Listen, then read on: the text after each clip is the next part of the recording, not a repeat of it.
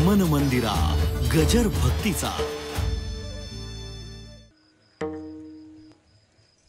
माझी जातीचे मज भेटो कोणी आवडीची धनी फेडावया, आवडे ज्या हरी अंतरापासून ऐसी आती मनी अर्थ माझी। आजच्या पवित्र कीर्तन सेवेसाठी जो अभंग आपण घेतला निवडला, वारकरी संप्रदायाच्या कलशस्थानी विराजमान असणारे जगद्गुरु श्री तुकाराम महाराज आणि तुकाराम महाराजांच्या अभंग गाथेमधला अतिशय महत्त्वाचा 5 चरणाचा 5 कडव्याचा बहुतेकांच्या पाठातला देवाच्या दरवाजामध्ये इच्छा प्रगट करणारा अभंग आहे। आजचा दिवस जागराचा आहे, मी बंधनात आहे। आजच्या दिवशी भगवंताच्या समोर मागणं मागितलं पाहिजे, इच्छा प्रगट केली पाहिजे।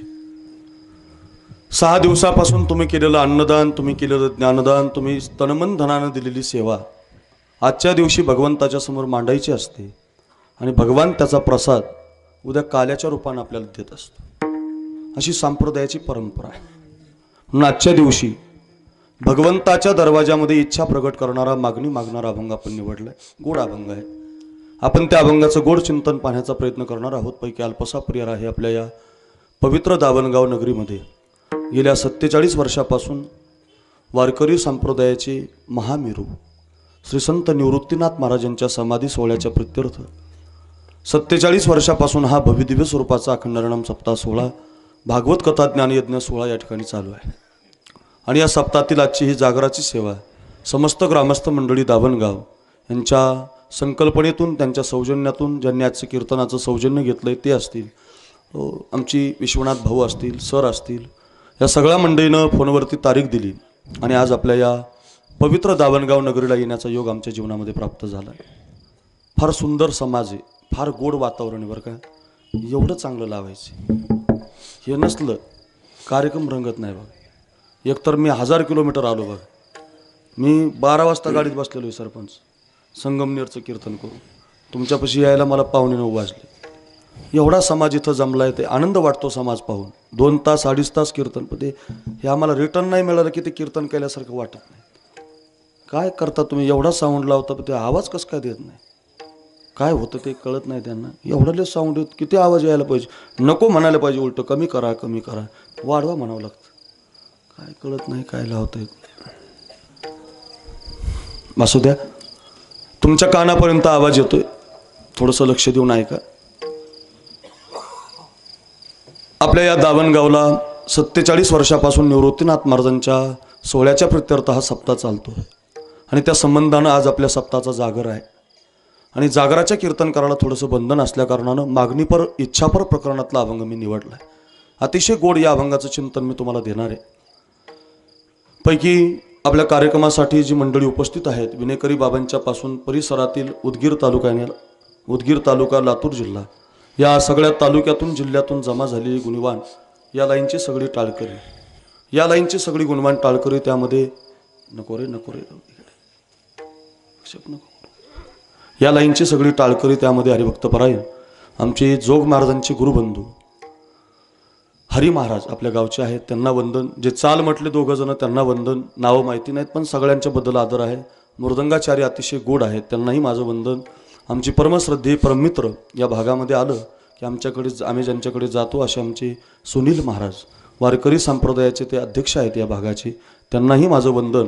पुन्हा होनाळी या गावावरनं आमचे सरपंच औदुंबरजी पांचाळ यांचा सगळा परिवार या ठिकाणी उपलब्ध आहे। म्हणजे त्यांच्या गावची सगळी नंदूशेठ असतील, औदुंबरजी असतील, आमच्या कीर्तनावर, कलाकारावर, गायनावर प्रेम करणारं ते गाव आहे होनाळी, आणि त्या गावची ही सगळी मंडळी उपलब्ध आहेत। आपल्याही गावातील तरुणांचं आमच्यावरती फार प्रेम आहे। यूट्यूबला कीर्तन आपण ऐकत असता आणि त्या संबंधातून महाराजांचं कीर्तन आपल्या गावी झालं पाहिजे असा एक उद्देश या तरुणांच्या मनामध्ये आला आणि या दृष्टीनं आज आपल्या या गावाला पहिल्यांदाच येण्याचा योग माझ्या जीवनामध्ये प्राप्त झाला। अतिशय सुंदरसं वातावरण आहे। मराठा हॉटस्पॉट शूटिंग करतायत ते, अनेक कीर्तनं त्यांच्या चॅनलला आहेत। चांगला सप्ताह आहे, समाज भरपूर आहे, माता माऊल्या आहेत, पुरुष आहे, तालुक्यामध्ये भरपूर समाज जमा करणारं हे गाव आहे। 47 वर्षाची परंपरा आहे। जुनाट जुगादीचे नाणे असा जुना सप्ताह आहे। ज्या मंडळीनं 47 वर्षापासून टिकवला त्या सगळ्या ज्येष्ठ मंडळीला वंदन। आता जो कार्यक्रम तरुण मंडळी चालवतात त्या तरुणांनाही वंदन आणि सगळ्यांच्या चरणी वंदन करतो। तुमच्या कानापर्यंत माझा आवाज येतोय, येतोय ना? तुम्हाला आवाज येतोय ना माझा? मग एक काम करा, हातानं टाळी वाजू नका, मुखानं विठ्ठल विठ्ठल म्हणू नका, फक्त सर्वांगाचे कान करून 1-1.25 तास लक्ष देऊन ऐका. मी जास्त वेळ नाही घेणार तुमचा, आता घेतला असता पण ते माझ्या मनासारखं लागलं नाही बरं का. पण जास्त वेळेमध्ये, जेवढ्या वेळेमध्ये तुम्हाला जास्त जेवढे कीर्तन देता येईल तेवढं देण्याचा प्रयत्न मी करतो. फक्त एक काम करा, सर्वांगाचे कान करून लक्ष देऊन ऐका. विठाला विठाला विठाला विठाला विठाला विठाला विठाला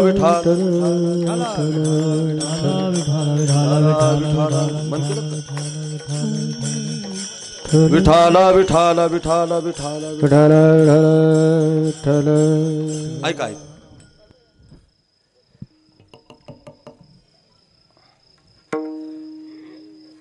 जागलं का काय करत, त्याला लावता येत नाही महाराज, काही करू शकत नाही. तुम्ही काय मी काय कोणीच काय करू, त्याला त्याच्यातलं कळालं पाहिजे. जाऊ द्या, असो, लक्ष देऊ नका. आता लक्ष देऊन ऐका, कीर्तन ऐका. फक्त याच्यासाठी सांगतो, आजचा जो दिवस आहे सरपंच, तो मागणीचा आहे.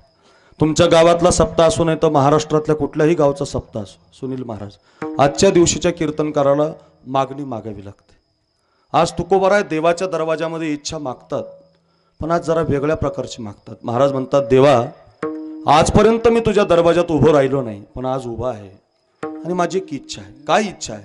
माझी ए जातीचे मज भेटो कोणी. म्हटले माझ्या जातीचा मला मिळाला पाहिजे. कशासाठी? आवडीची धनी फेडावया, माझा परमार्थ परिपूर्णतेला जाण्याकरता, माझी पारमार्थिक आवड संपन्न होण्याकरता मला जातीचा हवाय. महाराज, कोण असतो तुमच्या जातीचा? मराठी, माळी, कुणबी, धनगर, ब्राह्मण, मुसलमान, महार, मांग, कोण तुमच्या जातीचा? महाराज म्हटले, माझ्या जातीचा मराठी माळी नाही. मग माझ्या जातीचा आवडी ज्या हरी अंतरापासूनी, ज्याला स्वतःच्या जीवापेक्षा जास्त देव आवडतो, तो माझ्या जातीचा आहे. ऐसी आते मनी अर्थ माझे, तो जर भेटला नाही तर तया लागी जीव होतो का सवीस. भेटला तर सुपला हा जन्म होईल, आणि ज्या दिवशी माझ्या जातीचा भेटेल तो दिवस माझ्या जीवनातला सोहळा असेल. तुका म्हणे तोची सुदीन सोहळा, तो माझ्या जीवनातला सुदीन आहे, चांगला सोहळा आहे. आणि मग त्या सोहळ्याच्या दिवशी गाऊया गोपाळा धनीवरी, देवा मी तुझं गुणगान गाईल. मग ऐक ना देवा, तुझं गुणगान गाण्यासाठी मला माझ्या जातीचा हवाय. माझ्या जीवनामध्ये दुःख नसण्यासाठी मला माझ्या जातीचा हवाय. माझा जन्म सफल होण्यासाठी मला माझ्या जातीचा हवाय. आणि माझा परमार्थ परिपूर्णतेला जाण्यासाठी मला माझ्या जातीचा हवाय. तुकोबाराय जातीचा मिळावा अशी इच्छा प्रगट करतायत. फार सुंदर आहे. काय असतं बघा, जगात 3 लोकांना इच्छा आहे. एक देवाला इच्छा आहे, 2 तुम्हाला मला इच्छा आहे, आणि 3 साधूला इच्छा आहे. एक देवाची इच्छा, 2 साधूची इच्छा, आणि 3 तुमची माझी इच्छा. देवाची इच्छा सांगत असताना असं म्हटलं जातं, एकोहम बहुशा, अनेकत्व रूपानं नटावं, अंशामध्ये मी असावं. एकलेन कंठेची म्हणून यायने, असं म्हणताना विको दिला पाहिजे रे. केली निर्माण 14 भुवने, गगन चंद्र सूर्य मेघ तारांगणे. 5 महाभूते भौतिके भिन्ने भिन्ने वो, ऐसा लागवी हा माया सूत्रधारी.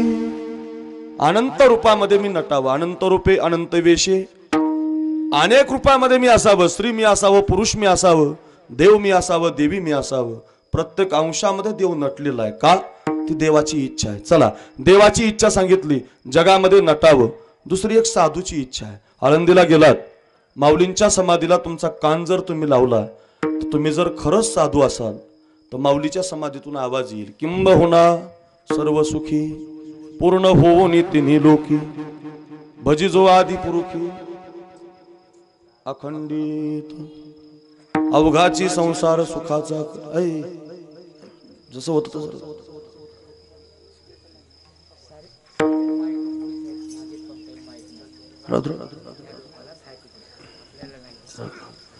अवघाची संसार सुखाचा करील. जसं आहे तसं राहू, झटू नको. आनंदे भरी न तिन्ही लोक, जग सुखी व्हावं, जगानं परमार्थ करावा, जगानं आनंद लुटावा, ही साधूची इच्छा आहे बरं का. हा सप्ताह घडावा, या सप्ताहामध्ये तरुणांनी यावं, या सप्ताहात तरुणांनी माळ घालावी, तरुणांनी निर्व्यसनी असावं, तरुणांनी परमार्थामध्ये आपलं योगदान द्यावं. हे साधूला आवडत, आपल्याला नाही आवडत. ती साधूची इच्छा आहे. जग सुखी झालं पाहिजे, जगानं परमार्थ केला पाहिजे, जगानं अन्नदान केलं पाहिजे, साधूची इच्छा आहे. चला, मी तुम्हाला देवाची सांगितली, मी तुम्हाला साधूची सांगितली. आपल्याला अभंगाकडे जायचं म्हणून माणसाची सुद्धा इच्छा सांगितलेली. आता तुमच्या माझ्या इच्छा भिन्न भिन्न आहेत, वेगवेगळ्या आहेत. कुणाला काय आवडतं, कुणाला काय आवडतं, कुणाला 2-4 नमुन्याचं खायला आवडतं, कुणाला 2-4 नमुन्याचं प्यायला आवडतं, कुणाला फिरायला आवडतं, कुणाला घुमायला आवडतं, कुणाला टीव्ही आवडतो, कुणाला कसोटी, कुणाला वनडे, कुणाला 20, कुणाला IPL, कुणाला विराट कोहली, कुणाला धोनी, कुणाला गांगुली, कुणाला नवीन आलेला हार्दिक पांड्या, रिषभ पंत आवडतं. वेगवेगळं आहे, कुणाचं काय, कुणाचं काय, कुणाचं काय. प्रत्येकाची आवड भिन्न आहे, वेगवेगळी आहे. पण जगातल्या प्रत्येक माणसाला इच्छा आहे, कुणी असू द्या. सगळ्यांच्या इच्छा सांगत बसलो तर आपले 2-3 तास जातील. ज्ञानोबा ज्ञानेश्वरीमध्ये जगाच्या 2 इच्छा सांगतात. माऊली म्हणतात, जगस्प्रियास्पद एक सार्वभौम पद, न मरणे निर्विवाद जगा पडिये. 2 गोष्टी आवडतात म्हटलं. जग या 2 गोष्टीची इच्छा करतं. लक्ष देऊन ऐका. एक, सत्ता. एवढे 2-4 हजार माणसं इथं कीर्तनाला बसली दावणगावला. मला खरं सांगा, इथं बसलेल्यापैकी कोणाला वाटत नाही मी महाराष्ट्राचा मुख्यमंत्री असावं? मला वाटतं कधी कधी एवढा प्रवास करण्यापेक्षा बरं आहे आपलं तिकडे. खरं होत नाही तो भाग वेगळा आहे, पण वाटत कुणाला नाही, वाटत कुणाला नाही. अहो, गावची ग्रामपंचायत सदस्य व्हावं वाटतं माणसाला, सरपंच व्हावं वाटतं माणसाला. हो, जाऊ द्या जाऊ द्या. घरातलं बघ, बापाला मुलावर सत्ता करायला आवडते महाराज, मुलाला बायकोवर सत्ता करायला आवडते, बायकोला नवऱ्यावर आवडते. आवडतच ना का? जगातल्या प्रत्येक माणसाची 1 नंबरची इच्छा आहे सत्ता. पुन्हा ऐका बरं, सत्ता ही सगळ्यांना आवडते, सत्तेसाठीच सगळे प्रयत्न चालले. काही म्हणतील आम्हाला नाही आवडत. दुसरी एक इच्छा माऊलीनं सांगितली, तिचं नावे न मरणी निर्विवाद, अमरपणा. 5000 माणसं आहेत कीर्तनाला. इथं बसलेल्यापैकी कुणाला वाटतं का मी जावं? जावं म्हणजे तुमच्या बंगल्यावर झोपायला नाही, वर वर उपर उपर गोइंग टू यमपुरी. कुणाला वाटत असं सांगा, गाडीत घेऊन जातो, सोडून देतो. आगामर हा बोलून सहाती आणि मेलियावरी रडती. अहो, मर शब्द आवडत, मरण कोणालाच आवडत नाही, मरण कोणाच्या बापाला चुकत नाही. मौत जब तुझको, मौत जब तुझको आवाज देगी, घर से बाहर निकलना पड़ेगा. मौत जब तुझको आवाज देगी, घर से बाहर निकलना पड़ेगा. जिंदगी एक किराए का घर है, जिंदगी एक किराए का घर है, एक ना एक दिन बदलना पड़ेगा. मौत जब तुझको, मौत जब तुझको आवाज देगी, घर से बाहर निकलना पड़ेगा.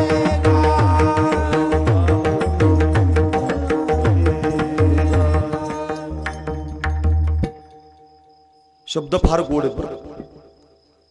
मी मरू नये ही तुमची माझी इच्छा आहे, म्हणून एक कायम ध्यानात ठेवायचं, मरू नये ही इच्छा आहे, पण मरावं लागतं. कोणीही असू द्या, गोपीनाथ मुंडे असू द्या, नाही तर प्रमोद महाजन असू द्या, विलासराव देशमुख असू द्या, बाळासाहेब ठाकरे असू द्या, मरावं लागतं. म्हणून कुठल्या गोष्टीचा लय गर्व करत जाऊ नका.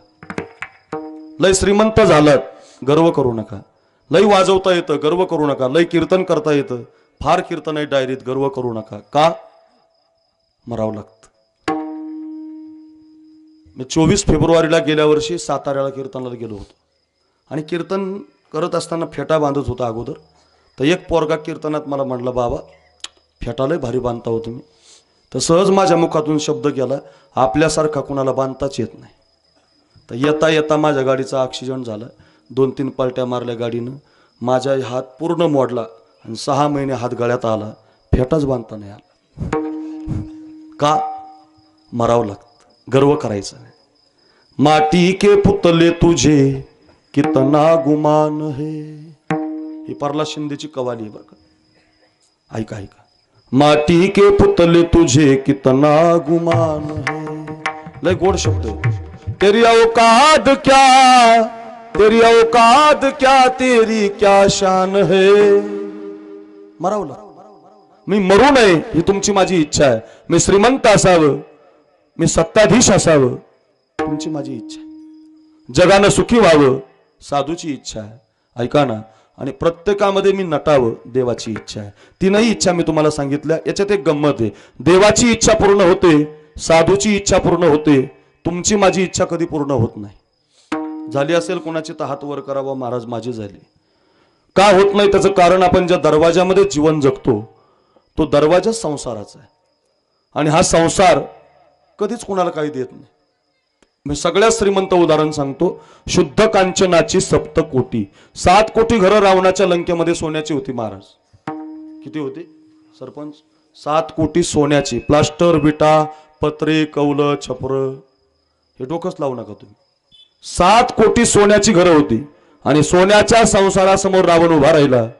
आणि रावणाची पहिली इच्छा आहे संसारातली, समुद्राचं पाणी गोड केल्याशिवाय राहणार नाही. झालं. टँकरची पाळी कशाला आली असते आपल्यावर 2-4 वर्ष? समुद्राहूनच पाईपलाईन आणली असते सरकारने. नाही. रावणाची दुसरी इच्छा, मी स्वर्गाला शिडी लावेल. लावली.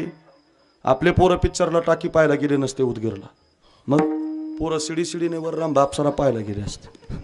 शिडी लागली नाही, समुद्राचं पाणी गोड झालं नाही. तिसरी एक इच्छा होती रावणाची, सोन्याला सुगंध आणेल, सोन्याला वास आणेल. आला.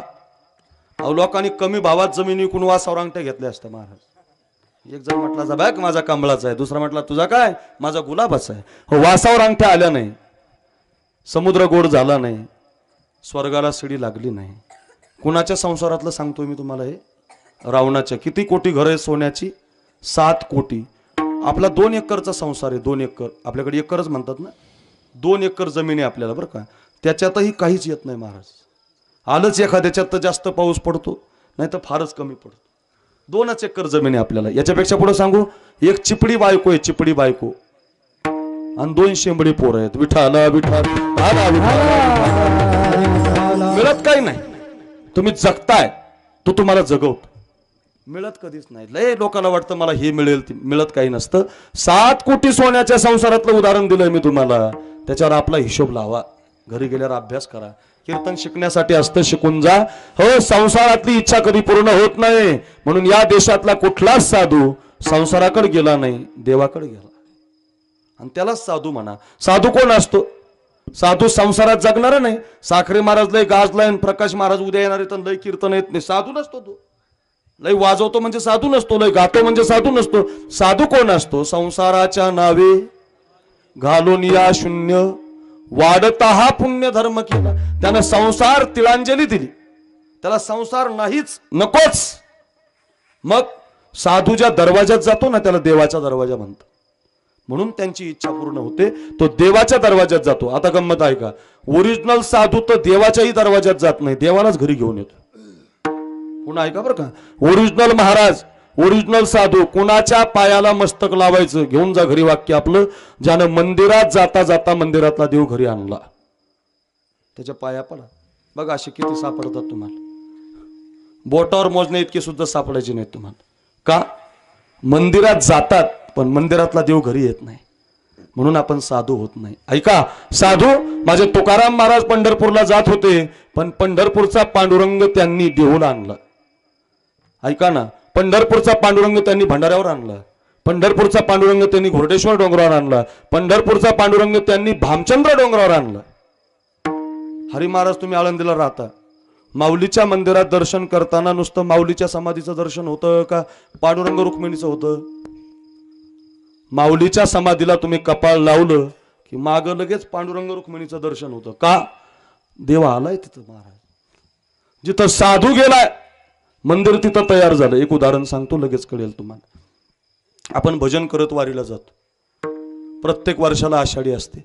नका का सगळ्या वाऱ्याला जाईना, पण आषाढीला जातो, भजन असतं. श्री ज्ञानदेव असं विकोद्याचं, श्री तुकाराम, श्री ज्ञानदेव, श्री तुकाराम, श्री ज्ञानदेव, श्री तुकाराम, श्री ज्ञानदेव, श्री तुकाराम, श्री ज्ञानदेव, श्री तुकाराम, श्री ज्ञानदेव. श्री तुकाराम. वेगवेगळ्या भजनेकरी त्याला चाल लावत असत.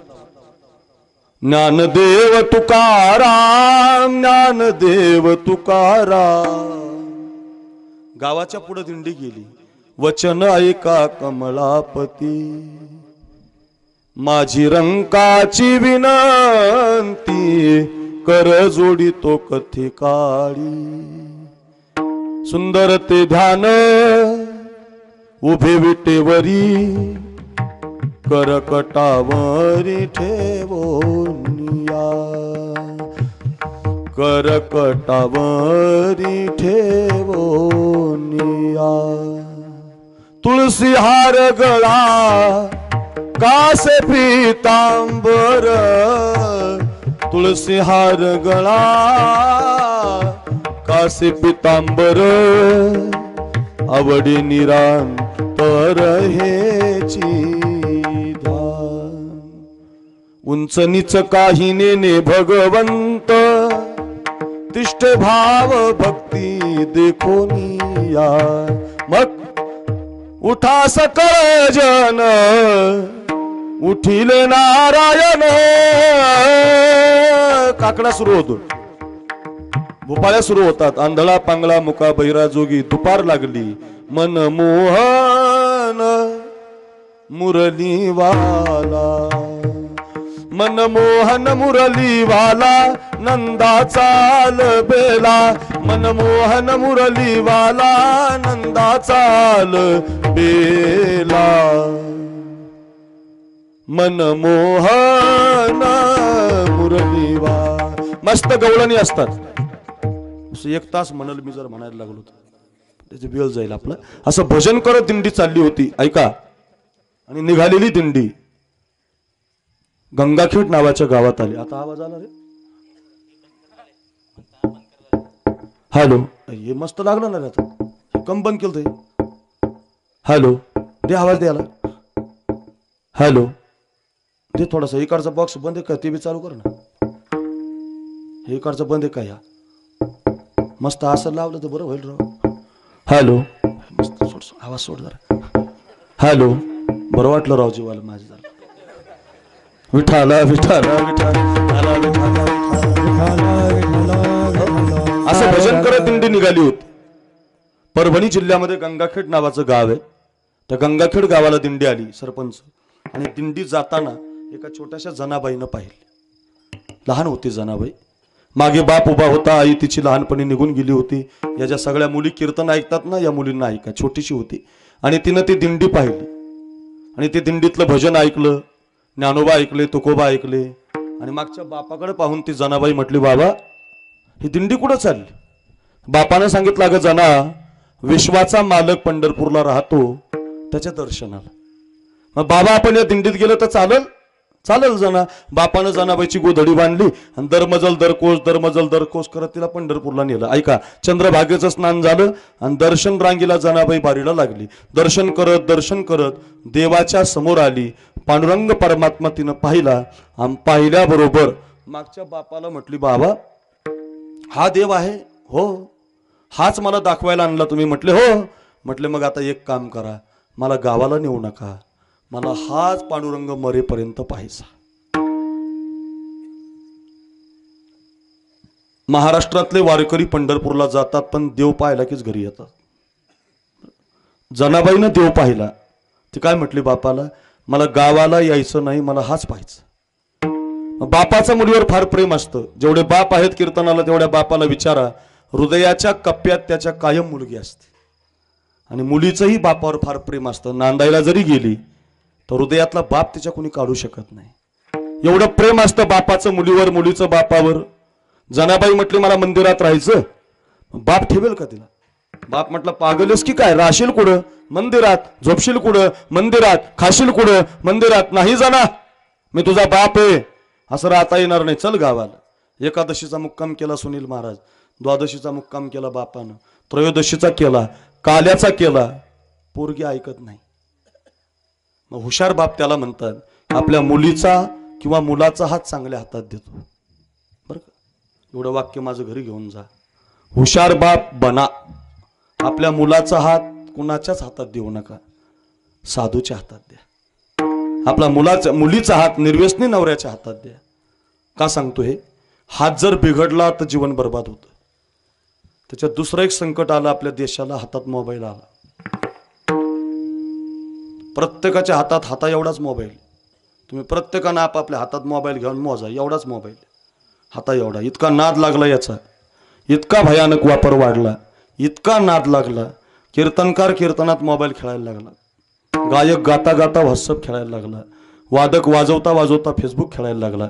चुकी आमची नाही, व्यसन लागलं त्याचं. इतका नाद लागला. लक्ष देऊन ऐका. परवाच्या दिवशी एक व्हिडिओ पाहिला मी. एक नवरा जेवण करत होता आणि बायको त्याला जेवण वाढत होती. बघा बरं, नवरा जेवण करत होता, बायको जेवण वाढत होती. जेवता जेवता त्यानं हातात मोबाईल घेतला, लक्षातच नाही त्याच्या माझ्या चपाती संपली. बायको गेली बिचारी चपाती आणायला, तिला वाटलं नवरा उपवाशी राहील. चपाती आणायला घरात गेली, तेवढ्यात हा मोबाईल खेळत होता. ऐका ना, झालं काय, याला वाटलं बायकोने मला चपाती आणूनच दिली. मोबाईलच्या नादात खेळता खेळता हात वर करायचा खाली करायचा, वर करायचा खाली करायचा. चपाती नव्हतीच हातात महाराज. बायकोनं 5 मिनिटं पाहिलं त्याच्याकडं. बायको म्हटली सटकलं ही. तिनं काय केलं, त्याच्या समोरचं जेवणाचं ताट उचललं, किचन मध्ये नेऊन आदळलं आणि याच्या पायात घालायची चप्पल आणून टाकली. त्याला वाटलं बायकोनं मला दुसरी चपाती आणून दिली आणि चप्पलच तोंडात घातली. महाराज काय नवल हे का काय. अहो, परवाच्या दिवशी माझ्या शेजारी एक नवरा मोबाईल खेळता खेळता दुसऱ्याच बाईच्या घरात गेला. त्याला वाटलं माझंच घर आहे, गडबडीत दुसऱ्याच्याच घरात गेला. त्यानं जाऊ द्या, समजा त्याचं चुकलं बा. घरातल्या बाईनं तरी पाहायचं ना माझा नवरा आहे का नाही. ती मोबाईलच खेळत होती घरात. तिला वाटलं बाई माझाच नवरा आला, पाण्याचा तांब्या भरून दिला. ऐका, दोघं मोबाईल खेळायला लागले. तेवढ्यात तिचा ओरिजिनल नवरा आला घरात. ते मोबाईलच खेळत होतं. त्याला वाटलं माझंच घर चुकलं, निघाल बाहेर. अरे तुझं काय नवल हे का काय माणसं हे. अरे रे रे रे, उदगीरला अजून 2च वर्षांना दवाखाना निघणार. पोरगा मोबाईल मधून बाहेर काढणे, 5,000 रुपये लागणार त्याला. बिनधास्त आपला बाप देणार, पण त्याच्या हातातला मोबाईल नाही घेणार. तुमची मुलगी शिकायला आहे, कशाला देता मोबाईल तिच्या हातात? तुमचा मुलगा शिकायला आहे, नका देऊ. का सांगतो माहिती आहे का? हात बिघडेल. हाताची काळजी घ्या रे मायबाप. शिकण्यासाठी असतं कीर्तन, सफल होईल माझं कीर्तन. हात कुणाच्याही हातात देऊ नका, हात चांगल्या हातात द्या. जनाबाईच्या बापानं 5 दिवस मंदिरात मुक्काम केला, पण आपल्या पोरीचा हात संत श्रोमणी नामदेव महाराजांच्या हातात दिला. नामदेवरायच्या हातात हात पडला, बाप निघून गेला आणि जनाबाईला नामदेवरायने घरी आणलं. 14 माणसाचं कुटुंब होतं. नामदेवाचे घरी 14 जणे स्मरती हरी गोनाई, राजाई दोघी सासू सुना, दामा नाम जाना बापले का. 14 माणसं होती घरात. जनाबाई 15वी झाली सरपंच. पहाटच उठली 3 वाजता. त्याला देवाला पाहायला थांबली ती मंदिरात जायला. 3 वाजता उठली, आंघोळ केली, निघाली मंदिराकडे. आवाज आला, जना कुठं चाललीस? मंदिरात. अगं 14 माणसं आहेत आपल्या घरात, दळण दळावं. लागली दळायला. 7 वाजता दळण संपलं तर पुन्हा निघाली. जना कुठं? मंदिरात. अगं 14 माणसाचा स्वयंपाक करावा, चूल पेटवली, लागली स्वयंपाकाला. 12 वाजता स्वयंपाक झाला, पुन्हा निघाली. जना भांडे. 2 वाजले जना धुणं. 4 वाजले जना गौऱ्या. 7 वाजले जना उद्याचं दळण. रात्रीचे 12च वाजले. झोपायला 12, उठायला 3. 14 माणसाचा संसार पडला. मंदिरात जायला थांबली होती, मंदिरात जायला वेळ नाही. 14 माणसाचे दाणे जात्यामध्ये भरायची, हातामध्ये खुंटा घ्यायची आणि दळण दळताना देवाला म्हणायची, सुंदर माझे जाते ग फिरते बहुतुकी, ओव्या गाव कौतुके तू ये रे बा विठला. काय म्हणायची? तू ये रे बा विठला.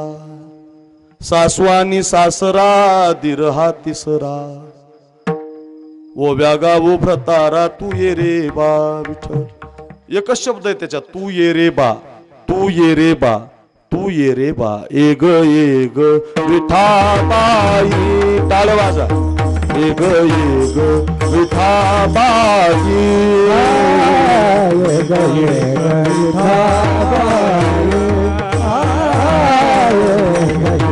विठाबाई.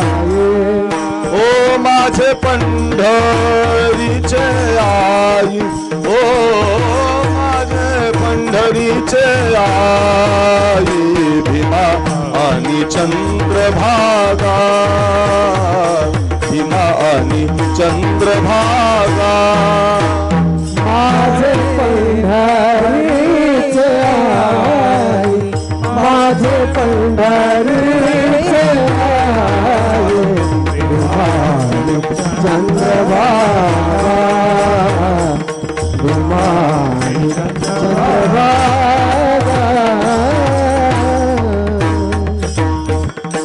आवाज दे. एग एग विठाबाई, ए विठाबाई, मी तुझ्यासाठी थांबले. हे विठ्ठला, मी तुझ्या करता थांबले. मी बापाला सोडलं, मी गाव सोडलं, तुला पाहून मी वेडी झाले. मला तुझ्याकडे यायला वेळ नाही. मला 14 माणसाचं दळण दळायचंय, मला 14 माणसाचा स्वयंपाक करायचा आहे रे विठाबाई.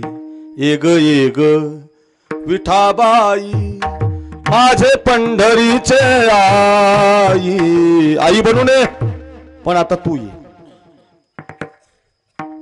ये गा तू माय बापा पंढरीच्या राया.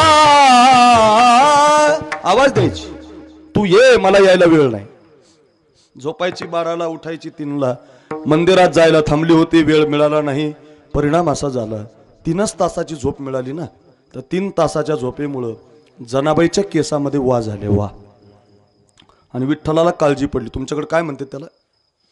वाच म्हणतात ना, वा झाल्या. ऐका. आणि विठ्ठलाला काळजी पडली विटेवरच्या, की माझ्या जनाबाईच्या केसामध्ये वा झाल्या. विठ्ठलानं 2:30 वाजता वीट सोडली. 2:45ला रुक्मिणीच्या महलात गेला. रुक्मिणीची भारीतली साडी नेसला, कपाळ भरून कुंकू लावलं, डोक्यावर पदर घेतला. विठ्ठल नाही राहिला, विठाबाई झाला. कारण ऊ मारायला बाई लागते, माणूस चालत नाही बरं का. बाई झाला, विठाबाई झाला. 3ला 10 मिनिटं बाकी असताना जनाबाईच्या झोपडीवर आला. ऐका ऐका, तिची चूल पेटवली. हो, गरम पाणी उकळतं तयार केलं. ऐका ना, तिला स्नानगृहात आणलं आणि आपल्या हातानं तिच्या केसावर पाणी घातलं. सगळे केस तिचे धुवून काढले. तरी पण काही वा राहिल्या. 10 किलोमीटर आहे उदगीर इथून. उदगीरच्या मार्केटमध्ये 10च्या 4 फण्या येतात. हरमाल 10 रुपये फणी फणी. त्याच्यातल्या 2 फण्या देवानं तयार केल्या, तिच्या केसामध्ये घातल्या सुनील महाराज, आणि फणीनं तिच्या वा बाजूला केल्या. तरी अशा बारीक बारीक लिखा राहिले, लिखा. फणी सुद्धा फेकून दिली. आता मृदंगाचार्य महाराज असं चाटीमध्ये बोट घालून ठेवा. हां, ओ मारायचे आपल्याला. ऐका ऐका, फणी फेकून दिली. आता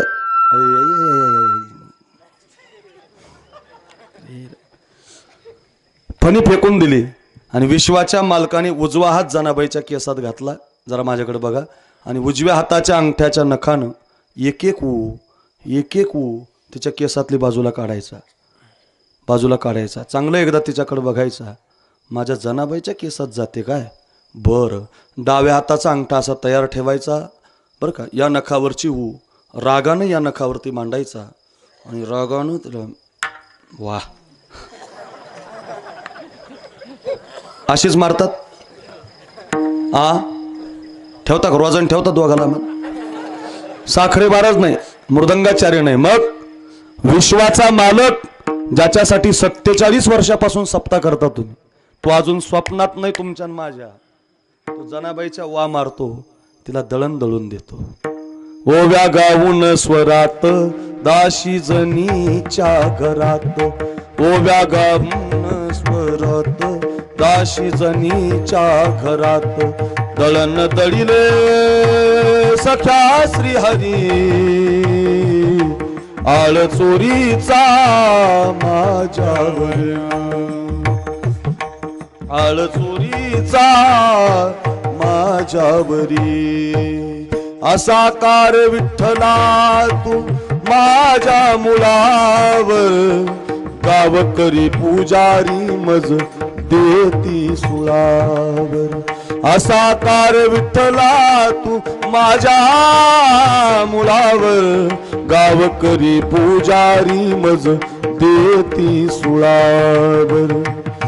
कुठ गेली तुझी जादूगिरी, आळ चोरीचा माझ्यावरी. ओव्या गाऊन स्वरात दाशी जमीच्या घरात तिला दळण दळू लागायचा, तिच्या वा मारायचा, तिला आंघोळ घालू लागायचा, तिला गौऱ्या थापू लागायचा. मी एक प्रश्न विचारतो तुम्हाला, तुम्ही 10 मिनिटापासून जनाबाईची कथा ऐकता. या कथेमध्ये माझ्या मुखातून असा एखादा शब्द गेला का, जनाबाई उठून मंदिरात गेली? याच्यात उत्तर असं आहे, जनाबाई मंदिरात एकदाच गेली. पण ऐका ना, तिला वेळ मिळाला नाही. तिनं अशी भक्ती केली की मंदिरातला देवच तिनं घरी आणला. हे शिका बरं, याला साधू म्हणतात. मंदिरात जाता जाता मंदिरातला देव घरी आणला. तुकाराम महाराज डोंगरावर भजन करायचे, भंडाऱ्यावर पायात घुंगरं बांधायचे, गळ्यात विणा घ्यायचे आणि अखंड नाचायचे. रोज म्हणायचे, रोज. आणि रोजच्या भजनाला देव यायचा. पण तुकोबरांचं भजन संपायच्या आधी निघून जायचं. एक दिवस भजन एवढं रंगलं, तुकाराम महाराज दमले पण देव नाही दमला. तुकाराम महाराज दमले पण देव नाही दमला. परिणाम असा झाला, देव न दमल्याचा परिणाम, तुकाराम महाराजांचं भजन संपलं तरी देव नाचाच लागला. आणि मग तुकोबरांनी देवाला पाहिलं आणि देवाला विचारलं, देवा कधी आलात? म्हटले रोजच येतो महाराज. रोज येता? म्हटले हो. मग मला कधी दिसले नाही, तुमचं संपायच्या आधी निघून जातो महाराज. फार गोड भजन करता हो, काय सुंदर करता हो. सांगा ना, तुमच्या दरवाज्यात मी आलोय, तुम्ही नाही आले माझ्याकडे. ओ तुकोबाराया, तुम्ही नाही माझ्या पंढरपूरला आले, मी तुमच्या डोंगरावर आलोय, मी तुमचा हात धरलाय. सांगा ना, एवढं भजन कशासाठी करता? काय पाहिजे तुम्हाला? कशाची इच्छा आहे? महाराज म्हटले, बरं झालं गड्या देवा, तू आज आला. आज आमच्या सप्ताहाचा जागर आहे. बरं झालं तू आला, तू आमचा हात धरलास, तू आमच्यावरती संतुष्ट झाला. ऐकणारे देवा, तू आमच्या दरवाजात आला म्हणून तुझ्या समोर आमची एकच इच्छा, अभंगाचं पहिलं.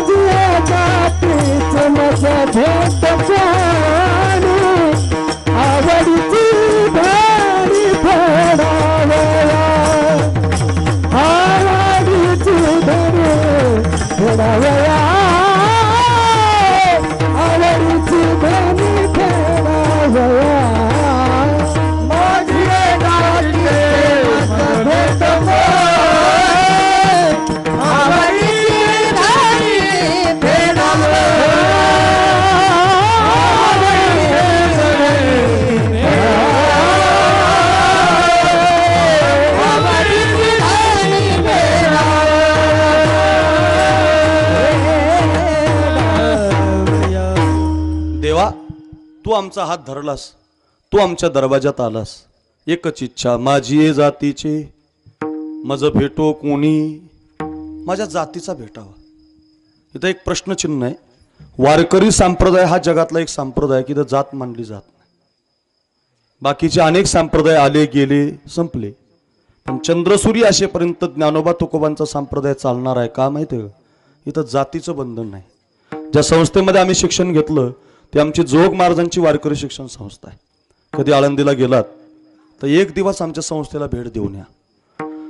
आता 3 फेब्रुवारी ते 10 फेब्रुवारी पर्यंत आमच्या संस्थेचा जोग महाराजांच्या शताब्दीचा पुण्यतिथी शताब्दीचा महोत्सव सोहळा आहे. फार मोठा सोहळा आहे. 1.5 लाख लोकांना काल्याच्या दिवशी पूर्णाच्या पोळीची पंगत आहे. बरं का, इतका सुंदर सप्ताह आहे, फार डोळे भरून पाहण्यासारखा.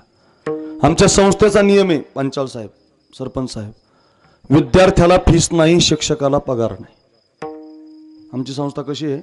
विद्यार्थ्याला फीस नाही आणि शिक्षकाला पगार नाही. आहे का जगात अशी एखादी संस्था?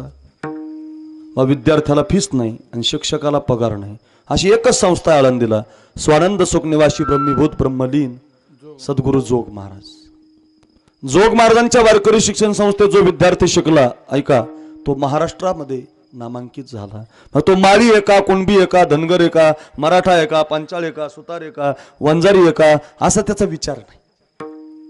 कुणीही असो, त्याला जात विचारली जात नाही. त्याला कुठल्या जातीचा आणि कुठल्या गावात हे नाहीत, या आणि शिक्षण घेऊन जा. का? वारकरी संप्रदायात जात मानत नाही. याता याती धर्म नाही विष्णुदासा, निर्णय हाईसा वेदशास्त्री. जात नाही.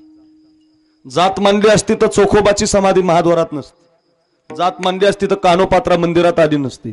जात मानली असती तर सावता माळी गोरोबा काका कीर्तनात आलेच नसते. इथं जात मानली जात नाही. मग तुकाराम महाराज असं का म्हणतात? माझी ये जातीचे मज भेटो कोणी. काय हो महाराज, किती दिवसाचे कीर्तन ऐकतो आम्ही, आम्हाला काय वेड्यात करता की काय? सांगा, कोण तुमच्या जातीचा? कोण पाहिजे तुम्हाला? तुमची इच्छा आहे जातीचा भेटावा आणि जात तर संप्रदाय मानत नाही. कोण तुमच्या जातीचा? महाराज म्हटले, माझ्या जातीचा म्हणजे हा मराठी माळी नाही. मग माझ्या जातीचा म्हणजे माझ्या विचाराचा. जात शब्दाचा अर्थ आहे विचार.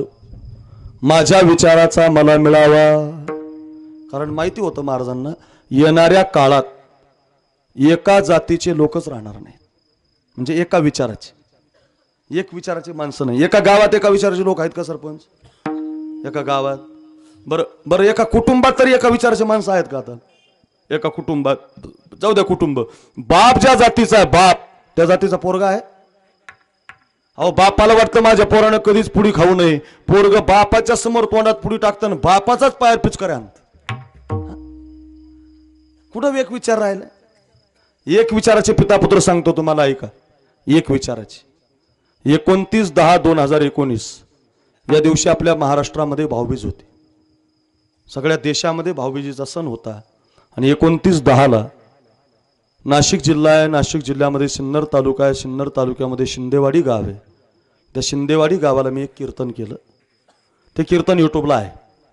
अक्रूर महाराज साखरे असं नाव टाकलं तर एक 30-35 कीर्तनाची यादी येते. त्याच्यातलं 3 नंबरचं कीर्तन आहे. ऐका, 2 महिन्यामध्ये ते कीर्तन 10 लाख लोकांनी पाहिलेलं आहे. कारण ते कीर्तन फार विशेष आहे. धर्माचे पालन करणे पाखंड खंडन असा अभंग आहे. 2 तास तेवढं कीर्तन जर तुम्ही ऐकलं तर ढस ढसा तुम्ही राहाल. कशाचं कीर्तन आहे ऐका ना.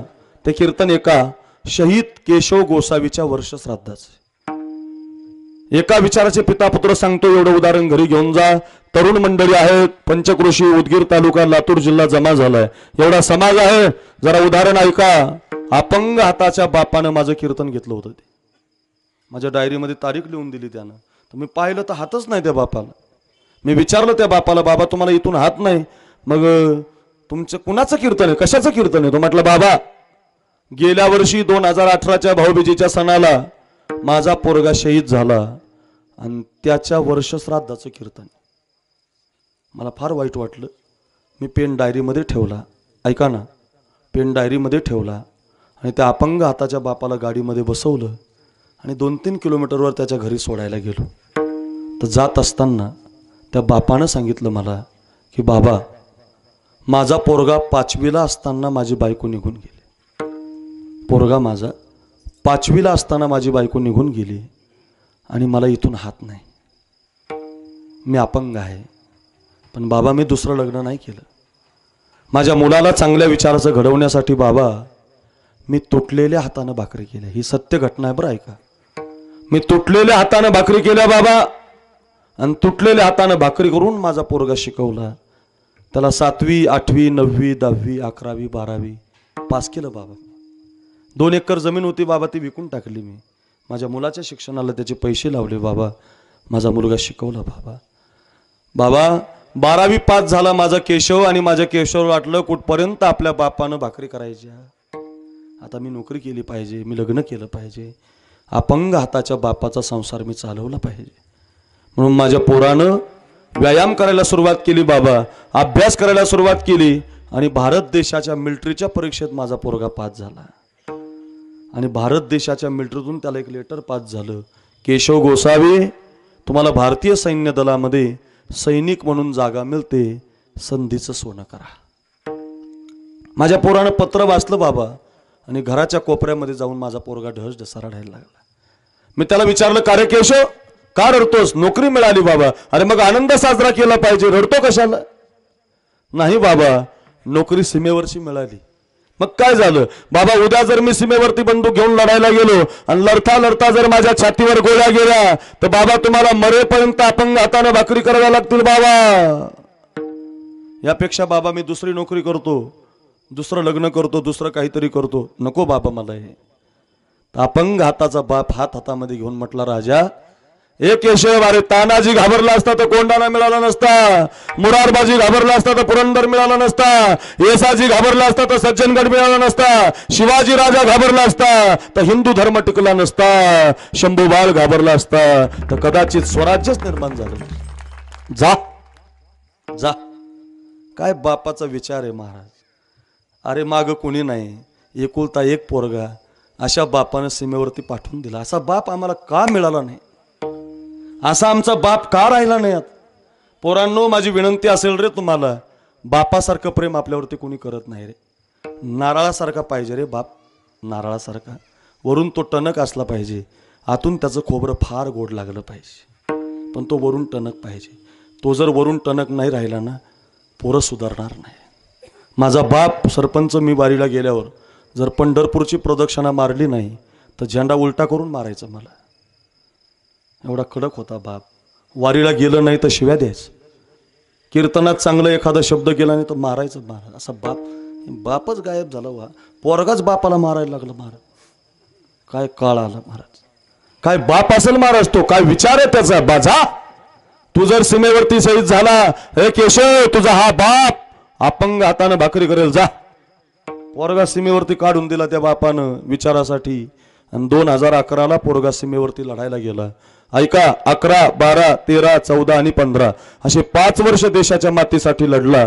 2015ला जम्मू काश्मीरच्या खोऱ्यामध्ये मराठा बटालियनमध्ये त्याची मेजर म्हणून नियुक्ती झाली. भरपूर अनुभव मिळाला, अनेक दहशतवादी पकडून दिले. आता ऐका, वय 25 लागलं होतं त्याला. म्हणून आमच्या मराठवाड्यात, आपल्याच मराठवाड्यात खाली बरं का, खाली औरंगाबाद नावाचा जिल्हा आहे. औरंगाबाद जिल्ह्यामध्ये फुलंब्री नावाचा तालुका आहे. फुलंब्री तालुक्याला डोंगरगाव नावाचं गाव आहे आणि त्या डोंगरगावची यशोदा नावाची मुलगी त्याला देण्यात आली. 2015ला दोघांचं लग्न झालं डिसेंबर महिन्यात. आनंदाचा दिवस उजाडला. 2-3 महिने आनंदात गेले. 2-3 महिन्याची सुट्टी संपली आणि पुन्हा पोरगा मराठा बटालियनमध्ये देशाची सेवा करण्यासाठी गेला. 2016, 2017, 2018 अशी 3 वर्ष कधी सुट्टीमध्ये यायचा, कधी देशाकडे जायचा, असा संसार त्याचा चालू होता. आता अपंग हाताच्या बापाला भाकरी करण्याची गरज नव्हती. आता यशोदा संसार चालवत होती. ऐका, आणि गेल्या वर्षी 2018ला, आज 2 वर्षापूर्वी 2018ला भाऊबीज होती आणि भाऊबीजीच्या दिवशी यशोदेला 9 महिने पूर्ण झाले होते. 9 महिन्याची गरोदर होती यशोदा. ऐका ना, 9 महिन्याची गरोदर यशोदा होती म्हणून तिचा बाप तिला माहेरावरनं न्यायला आला होता. आणि गावातल्या सुवासिनी बायांनी त्या यशोदेची आनंदानं वटी भरली होती, कारण ती आता माहेरी जाणार होती. आता अपंग हाताचा सासरा पुन्हा भाकरी करणार होता. केशव मात्र सीमेवरती बंदूक घेऊन आपलं रक्षण करत होता. जरा तरुणांनी एवढं कीर्तन घरी घेऊन जा, फार महत्वाचं असेल. सत्य घटना आहे रे पोरांनो या देशातली ही. पोरगा सीमेवरती लढत होता. बायकोला 9 महिने पूर्ण झाले होते. माहेरावरनं बाप तिला न्यायला आला होता. बाळ होण्याचा आनंद केशवच्या चेहऱ्यावरती होता. आणि त्या दिवशी रात्री देशाच्या मातीसाठी लढता लढता मोठ्या दहशतवाद्याच्या हल्ल्यातल्या 2 गोळ्या केशवच्या छातीमध्ये गेल्या आणि केशव जमिनीला पडला. त्यानं मातीला मुजरा केला. थी खून से लथपथ काया, फिर भी बंदूक उठा के 10-10 को एक ने मारा, फिर गिर गए होश गवा के, जब अंत समय आया तो कह गए कि अब मरते हैं। खुश रहना देश के प्यारो, खुश रहना देश के प्यारो, अब हम तो सफर करते हैं, अब हम तो सफर करते हैं। क्या लोग थे वो दीवाने, क्या लोग थे वो अभिमानी, जो शहीद हुए हैं उनकी जरा याद करो कुर्बान।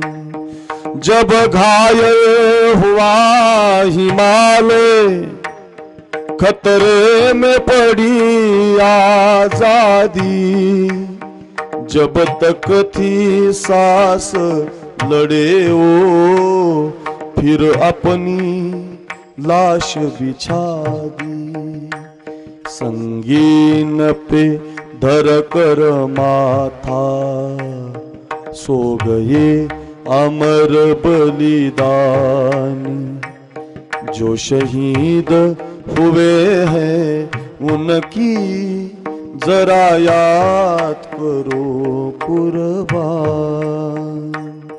कोई शिख कोई जात मराठा, कोई शिख कोई जात मराठा, कोई बुरखा कोई मदरासी, कोई बुरखा कोई मदरासी, सरहद पर मरने वाला,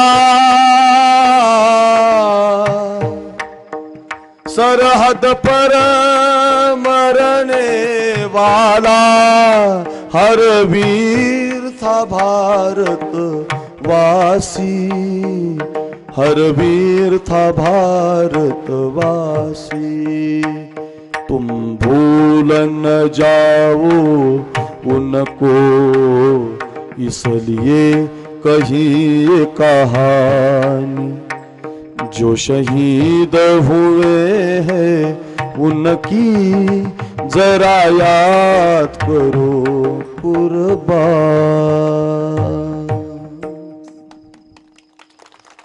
देशाच्या मातेसाठी पोरगा निघून गेला, देशाच्या झेंड्यामध्ये त्याची बॉडी गुंडाळली आणि रात्रीच्या 2ला बातमी आली महाराष्ट्रात, केशव अमर रहे, केशव अमर रहे, केशव अमर रहे।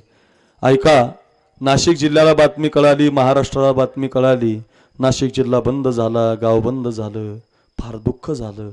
25-26 वर्षाचा तरुणा बांड पोरगा देशाच्या मातीसाठी मुजरा करून निघून गेला। आता ही बातमी मात्र त्याच्या पत्नीला कोणी सांगितली नाही, ही बातमी त्याच्या अपंग आताच्या बापाला सांगितली नाही, की ही बातमी न्यायला आलेल्या सासऱ्याला कोणी सांगितलं नाही की तुमच्या पोरीचं कुंकू संपलंय, कोणी सांगायचं महाराज।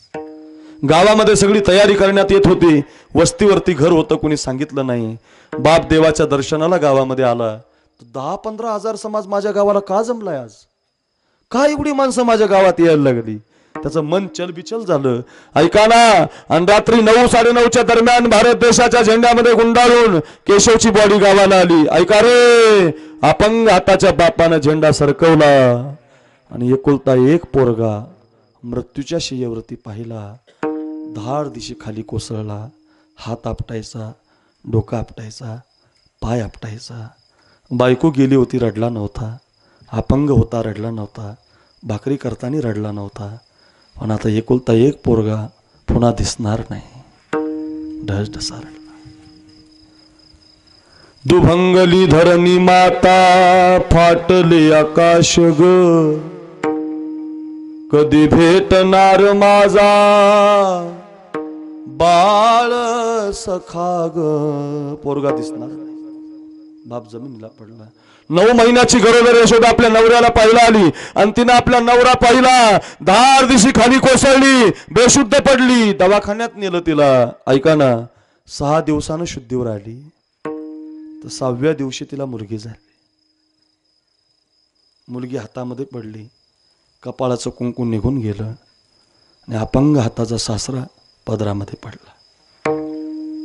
1 वर्ष झालं बरं या घटनेला. आणि आत्ता 2019च्या 29/10 भाऊबीज होती आणि माझं कीर्तन ठेवलं होतं. ज्यावेळेला मी कीर्तनाला गेलो ना, तुमच्या एवढाच मंडप दिला होता कीर्तनाला, एवढाच समाज कीर्तनाला होता, भरपूर टाळकरी होते, भारीतली सिस्टीम लावली होती. तिथं गेल्यावर मी पाहिलं तर अजून ती यशोदा माहेरीच गेली नाही. अजून ती यशोदा माहेरी गेलीच नाही. ती सासरी राहते, अपंग हाताच्या सासऱ्याच्या भाकरी करते, हो मुलीचा सांभाळ करते. फक्त 24 वर्षाची पोरगी महाराज.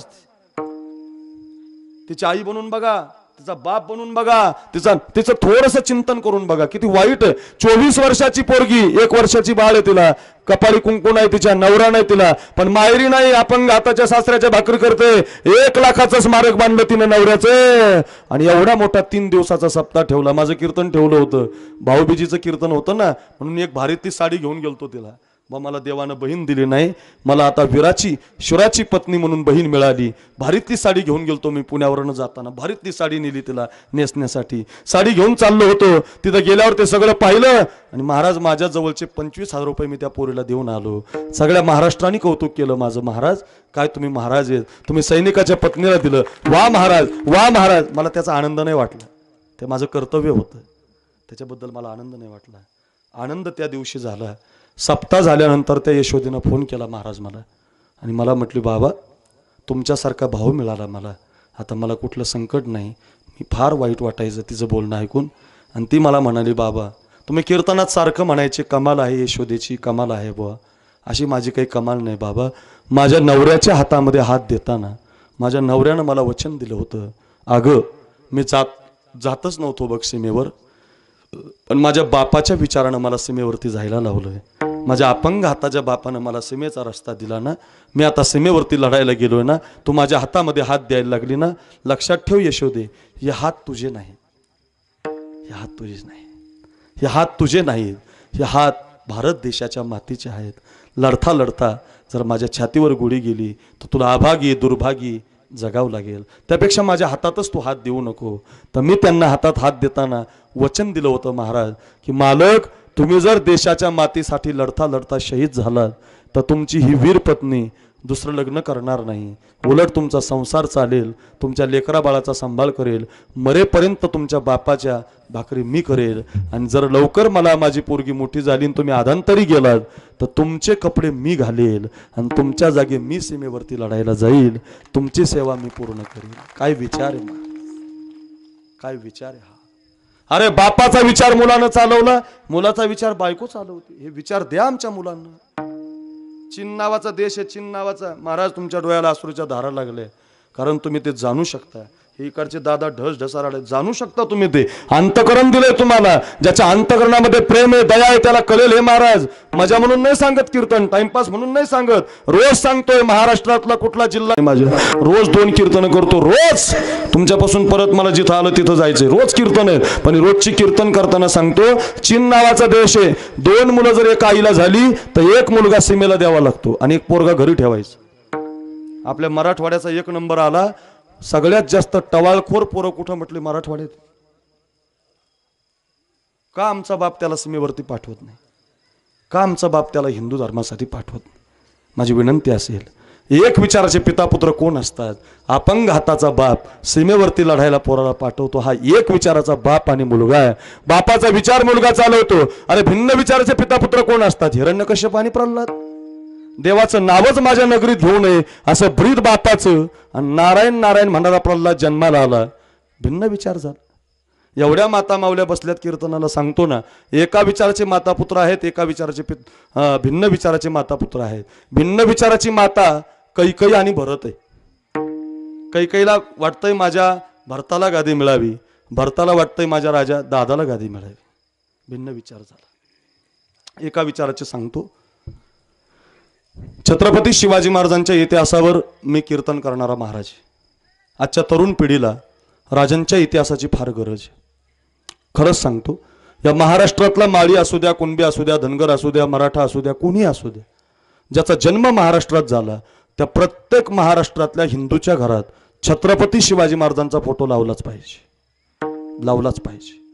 कारण राजे जर जन्माला आले नसते, ना माळी ना साळी ना कुंभार ना चर्मकार ना मराठा ना ब्राह्मण ना महार ना मांग, कुणीच नसतं तुम्हाला दिसलं. एवढा ग्रेट राजा होता. 7 दिवसाची कथा करतो मी राजांच्या इतिहासाची. 7 दिवसाची. कोणी भागवत करतं, कोणी रामायण करतं. हा पठ्ठ्या शिवाजी महाराजांची कथा करतो. 7 दिवस रोज एक मावळा सांगतो. रोज ऐका. फार गोड कथा आहे महाराज राजांची, फार सुंदर. हो ऐका ऐका. एक इतिहासातला पुरावा द्यायचा आहे मला तुम्हाला आज. एका विचाराचे मातापुत्र, हे तुम्ही कधी ऐकलं नाही. ऐका. एका विचाराचे मातापुत्र कोण असतात? ऐका ऐका. छत्रपती शिवाजी महाराजावरती एक संकट पडलं होतं, सिद्धी जोहर नावाचं. आणि कोल्हापूर जिल्हा आहे आपल्या महाराष्ट्रात. त्या कोल्हापूर जिल्ह्याला पन्हाळागड नावाचा गड आहे आणि त्या गडाला 42,000 सैन्यानं वेढा दिला होता. प्रत्येक आईना ऐका, प्रत्येक मुलांना ऐका. एवढं कीर्तन घरी घेऊन जा, सफल होईल बघा आपला सप्ताह. हो 42,000 सैन्यानं वेढा दिला होता आणि गडावरती 1200 मावळे होते. गडावरती किती मावळे होते पोरांनो? 1200. एका बाजूला 42,000, एका बाजूला 1200. सुटणं अशक्य होतं. वेडा रात्रंदिवस होता. मैं लावूंगा शिवाजी को असा पण करून आला होता. कर्नूलचा सिंह म्हणायचे. भक्कम वेडा दिला होता. अफजल खानासारखा धूर्त नव्हता, कडक होता. सिद्धी मसूद, सिद्धी जोहर, फाजल खान अशी मोठी टीम त्यानं आणली होती.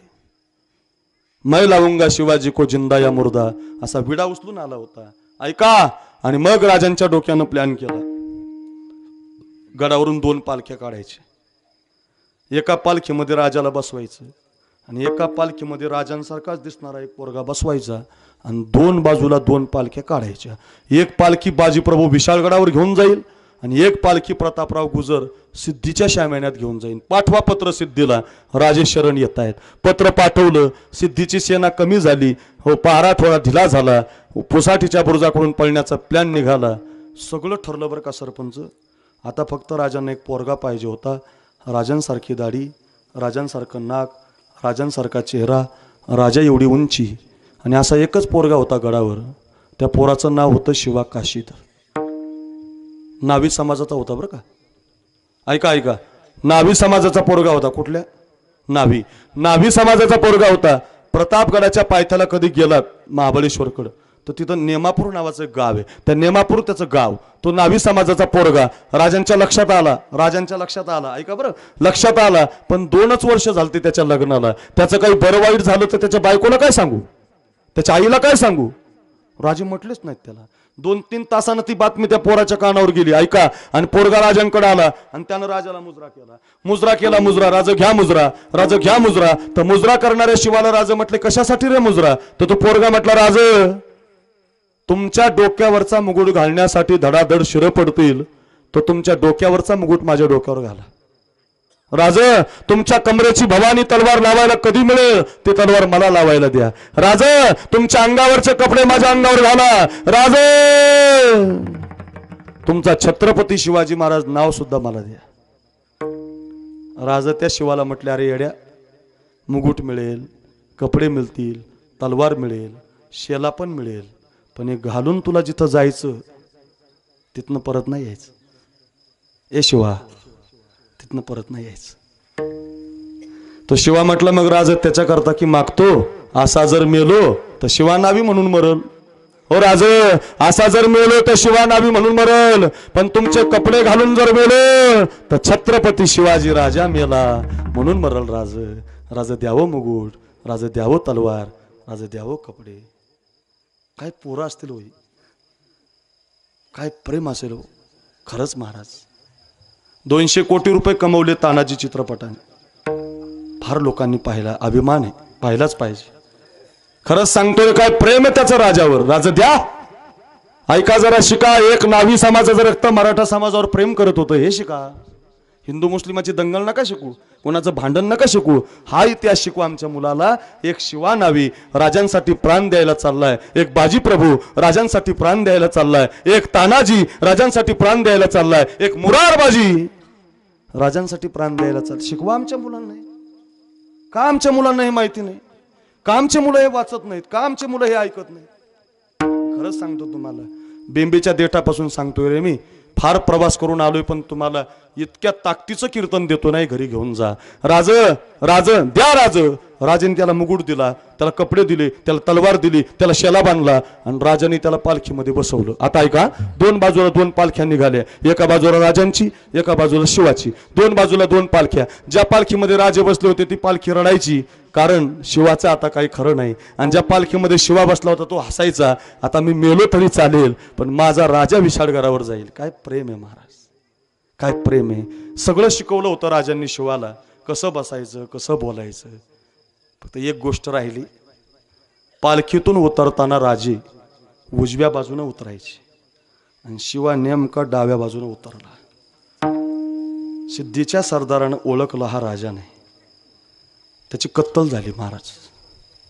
ऐका, त्याची बोटं कापली अगोदर, त्याचा हात कापला, त्याचे पाय कापले, त्याच्या मांड्या कापल्या, त्याचं पोट कापलं. 3 तलवारी त्याच्यावर वार करत होत्या.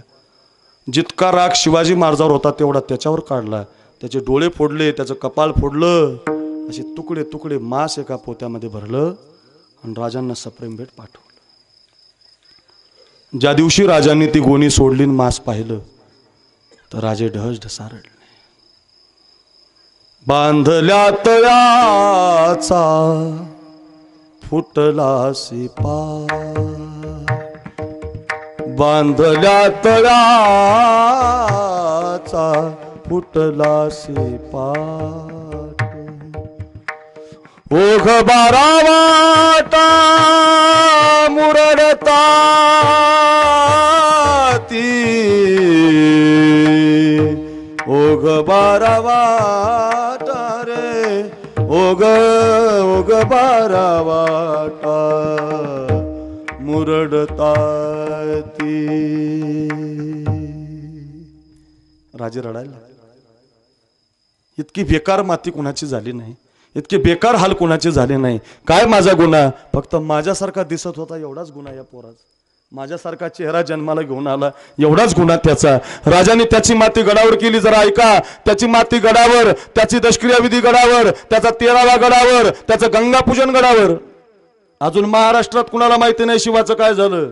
त्याचे सगळं काम तिथं उरकून टाकलं. 20 दिवस अजून कुणालाच माहिती केलं नाही. आणि 20 दिवसानं राजांनी नेमापूरच्या गावच्या पाटलाला पत्र पाठवलं, पाटील उद्या दुपारी 12 वाजता आम्ही शिवा नाव्याच्या घरी येणार आहोत.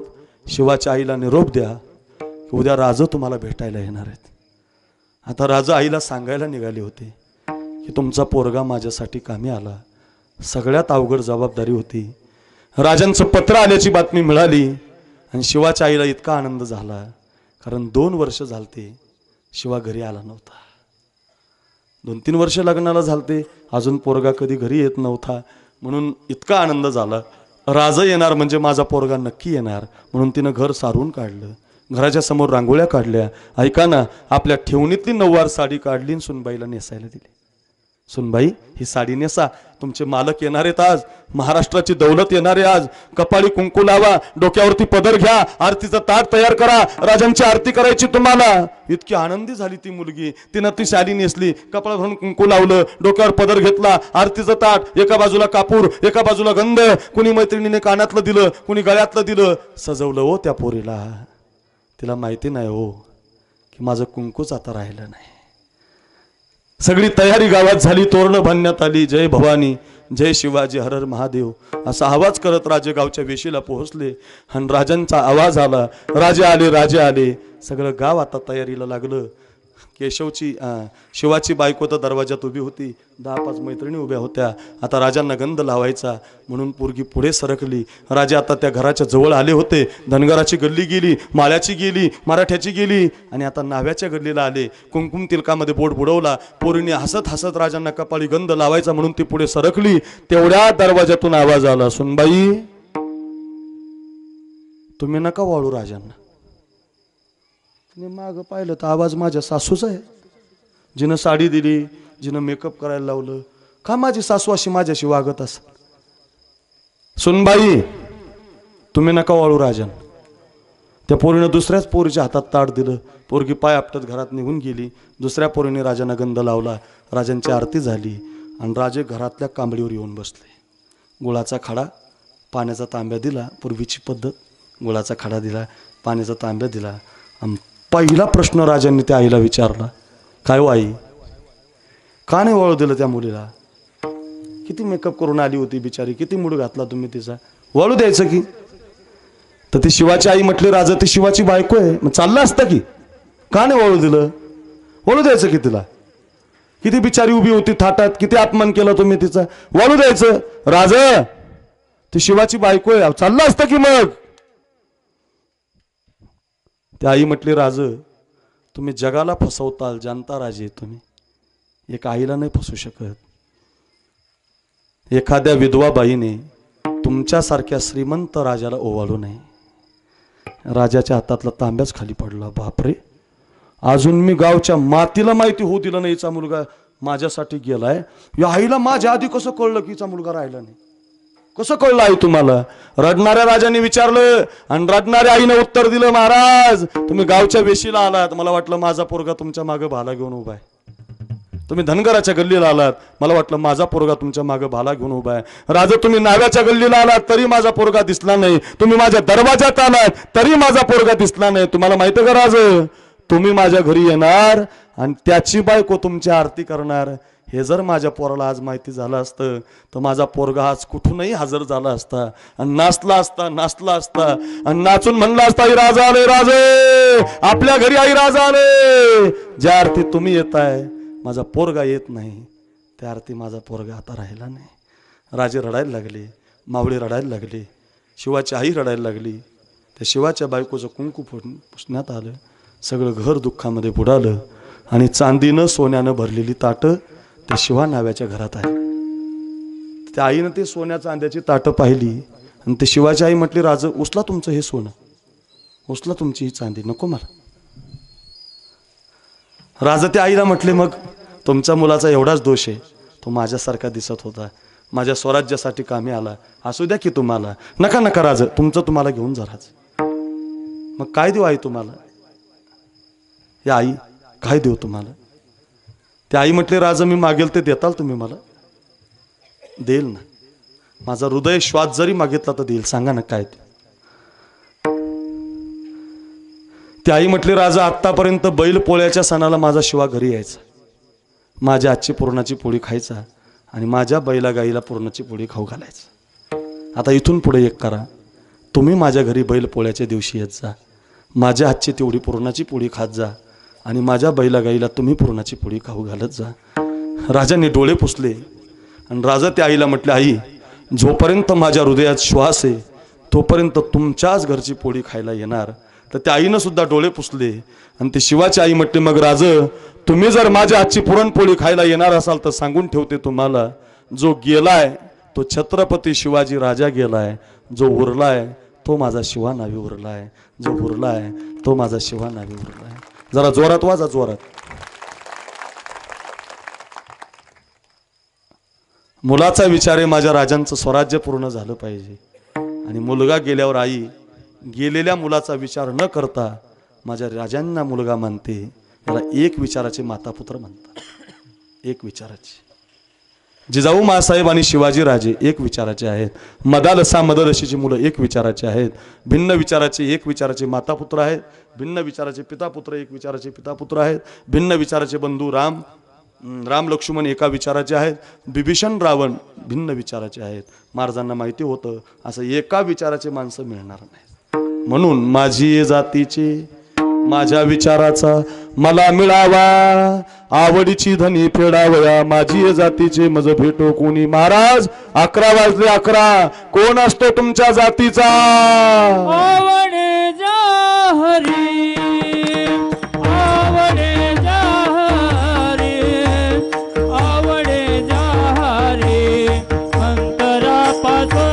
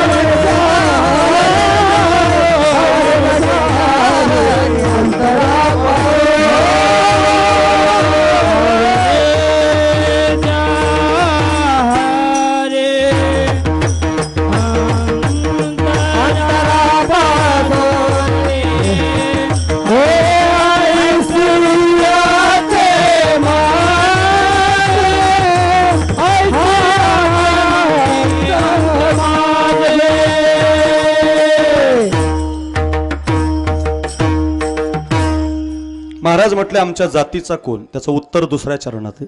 आवडे ज्या हरी अंतरापासून, ज्याला स्वतःच्या जीवापेक्षा जास्त देव आवडतो. बरं का, स्वतःच्या जीवापेक्षा जास्त देव ज्याला आवडतो तो तुकोबारांच्या जातीचा आहे. मग तुम्हाला देव आवडला म्हणून तुम्ही मंडपात आले, तुम्ही तुकोबारांच्या जातीचे आहात. जो घरी झोपलाय तो नाही. काय का तुकोबारांच्या विचाराचं कोण, ज्याला जीवीची आ जीवा प्रेम भावाची आ भावा, तुझं वाचोनी केशवा अनुनावडे. भगवान कृष्ण उद्धव बरोबर असायचे आणि उद्धवानं देवाला विचारायचं, देवा तुम्हाला सगळ्यात जास्त कोण आवडत. तर देवाच्या मुखातून वाक्य यायचं, द्रौपदी आवडते. कोण आवडतं? द्रौपदी. कोण? द्रौपदी. या द्रौपदीचं नाव घेतलं का त्या उद्धवाला जळकी सुटायची, कारण ती देवाची सख्खी बहीण नव्हती, मानलेली बहीण होती. आणि देवाची सख्खी बहीण सुभद्रा होती. नाव मात्र द्रौपदीचं यायचं. देवाच्या लक्षात आलं उद्धव जळत आहे, म्हणून देवानं उद्धवाचा हात धरला आणि सुनील महाराज सकाळीच सुभद्रेच्या घरी नेलं. सुभद्रा दात घासत होती. दादा येताना पाहिला आणि ती म्हटली, दादा एवढ्या सकाळी कशाला आलास? ते भगवान कृष्ण म्हटले, अगं सुभद्रे, उद्धव आलाय माझ्या बरोबर. एकादशी द्वादशी त्रयोदशी 2-4 दिवस झाले बघ, काही खायलाच भेटलं नाही. लवकरात लवकर काहीतरी खायला दे.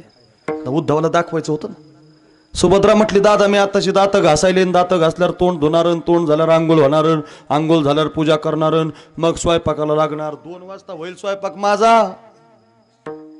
म्हटले नाही ग, एवढ्या वेळ दम नाही निघायचा, थोडंसं काहीतरी दे ना. सुभद्रा म्हटली, दादा समोरच्या टोपलीमध्ये फळं आहेत, फळं खाय, नाश्ता कर. देवाला कुठं खायचं होतं. सफरचंद घेतला हातात, चाकू घेतला हातात, सफरचंद कापायचं दिलं सोडून, बोटच घेतलं कापून. बोटातून रक्त गळायला लागलं बरं काय. आणि उद्धवाने पाहिलं ना, आवाज दिला, सुभद्रा ताई देवाच्या बोटाचं रक्त गळतंय, काहीतरी चिंदी आणा बांधायला. आणि मग सुभद्रा चिंदी सापडली. तळमजला, किचन रूम, बेडरूम, ती रूम. आता तिचा बंगला काही लहान नाही, ही आपलेच बंगले लहान नाही. मी रात्री कीर्तनाला गेलतो तिकडं पनवेलला, एका माणसाने मला त्याच्या बंगल्यात नेलं फेटा बांधायला. ते गेलं खाली कवानीच, आम्हाला ते बंगल्यातून खालीच येता येणं. महाराज होय बंगला महाराज. आता जायचं होतं म्हणून आता बाथरूमला गेलो मी. ते बाथरूममध्ये तर पहिल्यांदाच पाहिलं मी माझ्या जिंदगीत बाथरूम. पाणी यायचा नळ एकच होता त्याला, पण ते फिरायचे क्वाक असतात ना, ते 16 होते. 1 2 3 4 5 6 7 8 9 10 11 12 13 14 15 16 क्वाक 16, नळ 1. माझं डोकं चालाना, कोणता फिरवावा. पर विचारायला जात म्हणते, महाराज गाडीत आलंय, अक्कल बिक्कल ऐक नाही आलं, विचारायची सोय नाही. म्हटलं काय करावं आता. मी आपला दरवाजा उघडला. आमचा अक्षय माझ्या गावातला पोरगा आहे. मी त्याला म्हटलं, का रे तू आळंदीला राहतो सध्या, कॉलेजला जातो हे ह्याच्यातला कोणता फिरवायचा? ते म्हणला पहिला नंबर तुमचा आहे. आपल्यावरच आलं भाऊ. म्हटलं एक काम करू, आपण 15 वर्ष आळंदीला राहिलो, एवढंही आहे ना का आपल्याला? या नळाच्या वरचाच फिरू ना. दिले 15 क्वाक सोडून मी बरोबर नळाच्या वरचा असा अर्धा फिरला, पाणीच आहे ना. जास्त फिरला, पाणीच आहे ना. असं रागानं जोरात फिरला, जसा क्वाक वर गेला, वरून भितडातूनच पाणी आलं. मग काय बंगले आहेत का काय बाथरूम आहेत. अहो पूर्वी असं नसायचं. ज्वारी साठवायच्या कणगी असायच्या, फुटकेच कणगी, फुटकाच रांजून, फुटकाच मगा, वर एक लिंबाचं झाड, लिंबाच्या लिंबोळ्या त्याच्यात, लिंबाचा पाला त्याच्यात, त्याला शेवाळ लागलेलं. लय गरीबी महाराज. फॅरन लवलीन, कुठं लवलीन, वाटिकान, हामामन, रिक्सन. काय फॅरन लवली गाजदी राव. अहो ते बाया माणसं लावतात त्याचं काही वाटत ना. पोरं लावायला लागलेत पोरं. अहो चांगले चांगले पोरं फॅरन लवली लावतात. काही काही कीर्तन करायला लाविते. फॅरन लवली लावीत जाऊ नका. फॅरन लवली म्हणजे अमेरिकन बाईचा शेंबूड आहे. लावून आलेली लय बेकार वाटलं गड्या आता बरं का. ऐका ऐका, लय बेकार वाटलं तिला. अरा आता ऐका ना. आणि 90 रुपयाला 40 ग्राम आहे. 90 रुपयाला 40 ग्राम. काय शेंबूड? शेंबूड 90 रुपयाला. आणि 2030 रुपये किलो आहे महाराज. तुम्हाला गंमत वाटत नाही? 2030 रुपये किलो आहे. किलो काय? अहो फॅरन लवली 2030 रुपये किलोची लावून या विश्वात अजून कोणी गोरा झालं नाही. हो कोण गोरं झालंय दाखवा मला, पुरावा द्या बरं एखादा. अहो 2030 रुपये वर्ष महिन्याला चाललेत तरी सुद्धा माणूस गोरा नाही झाला. आता ऐका, 2000 मध्ये उदगीरला आमच्या सुनील महाराजांचं मेडिकल आहे. तेवढ्या मार्केटमध्ये कुठं जा, मोठ्या किराणा दुकानात जा. ऐका ऐका, त्या दुकानात तुम्ही गेले ना, तिथं 2 किलो काजून 2 किलो बदाम येतात 2000 बरं का. आणि त्याच्यात ते छटाक बदाम आणि छटाक काजू जर तुम्ही रोज खाल्ले ना, तर तुमचा चेहरा असा उजळल्याशिवाय राहणार नाही. लोक काय म्हणतात माहिती आहे का? काजू लय महाग येत. अरे पागल, फॅरन लवली महाग. जाऊ दे आता, हे राहिलं नाही. मी आता ते द्रौपदी सुभद्रेचं घर काही लहान नाही. देवाची बहीण आहे महाराज. ती अर्जुनाची बायको, पण ती साडीकडे गेली नाही. सुभद्राताई देवाच्या. आता सुभद्रेला कमी साड्या असतील का? दावणगाव सुभद्रेला कमी साड्या असतील का? अहो इथं आपल्या सुभद्रेला दिल दिवाना, कुछ कुछ होता, रबडी बनाय, जोडी, हम प्यार करने वाली, धूम मचाली, साडीचे नाव आहेत. तुम्हाला कसं काय माहिती? लग्न झालेलं आहे माझं. मला बायको आहे ना, मला माहिती ना साडीचे नाव. लय बेकार आहेत महाराज. सकरातीला बायको रुसली होती माझी. तुम्ही येत नाही म्हणले घरी, तिकडच कीर्तन करता. मला साडी, खरंच सांगतो तुम्हाला, सगळ्या साड्याचे नाव पाठ आहेत महाराज माझ्या. तुम्हाला खरं सांगतो, हे साड्या जर आपली बायको आपल्याला सोडित नाही टीव्हीत पाहिल्यावर, ती अर्जुनाची बायको 15 कपाट भरून साड्या तिच्याकडं. ती साडीकडे गेली नाही. देवानं तसंच बोट धरलं आणि द्रौपदीच्या घरी आले. ऐका किती देव आवडावा. आणि कोण तुकोबारांच्या विचाराचा आहे. सफलच सप्ताह या वर्षाचा. ऐका हो, फार गोड आहे हे कोणी सांगत नाही महाराष्ट्रात, मीच सांगतो. ऐका, आले ते द्रौपदीच्या दरवाजात. कोण? भगवान बोट घेऊनच. आणि द्रौपदी तुळशीला पाणी घालत होती महाराज. सूर्योदयाचा समय होता. चांदीचं ताट, सोन्याचा तांब्या, पाणी चाललं होतं.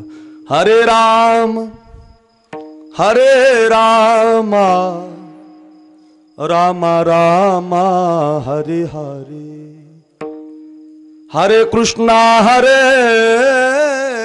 कृष्णा, कृष्णा कृष्णा हरे हरे. पाणी घालत.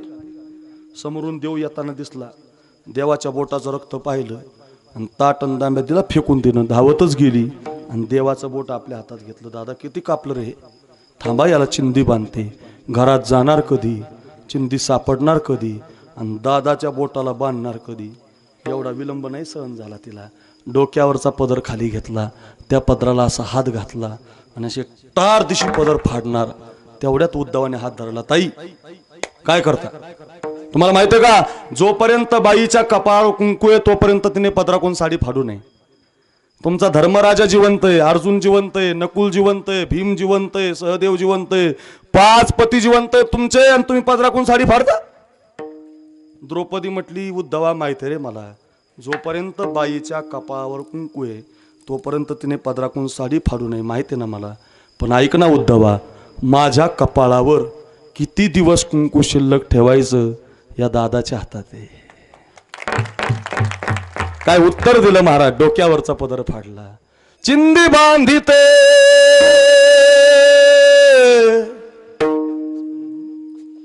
द्रौपदी हरीच्या बोटाला फाडोनी भर जरी शेला, फाडोनी भर जरी शेला गे, भरजडी ग पितांबर दिला फाडून, दिला फाडून. द्रौपदीशी बंधू शोभे नारायण. वामन पंडिताच्या कविता आहेत महाराजांच्या. डोक्यावरचा पदर फाडला आणि देवाच्या बोटाला चिंधी बांधली.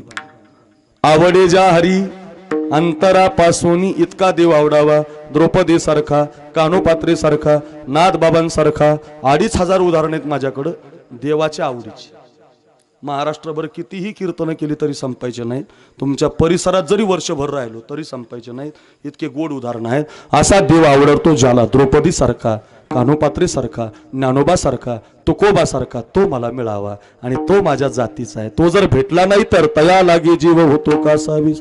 भेटला तर सुपला हा जन्म होईल आणि ज्या दिवशी भेटेल तो माझ्या जीवनातला सोहळा असेल. विठोबा रखुमाये, विठोबा रखुमाये, जय जय विठोबा रखुमाये, जय जय विठोबा हा विठोबा रखुमाये, जय जय विठोबा रखुमाये. महाराज ज्ञानेश्वर माऊली, ज्ञानराज माऊली, जय जय माऊली ज्ञानराज.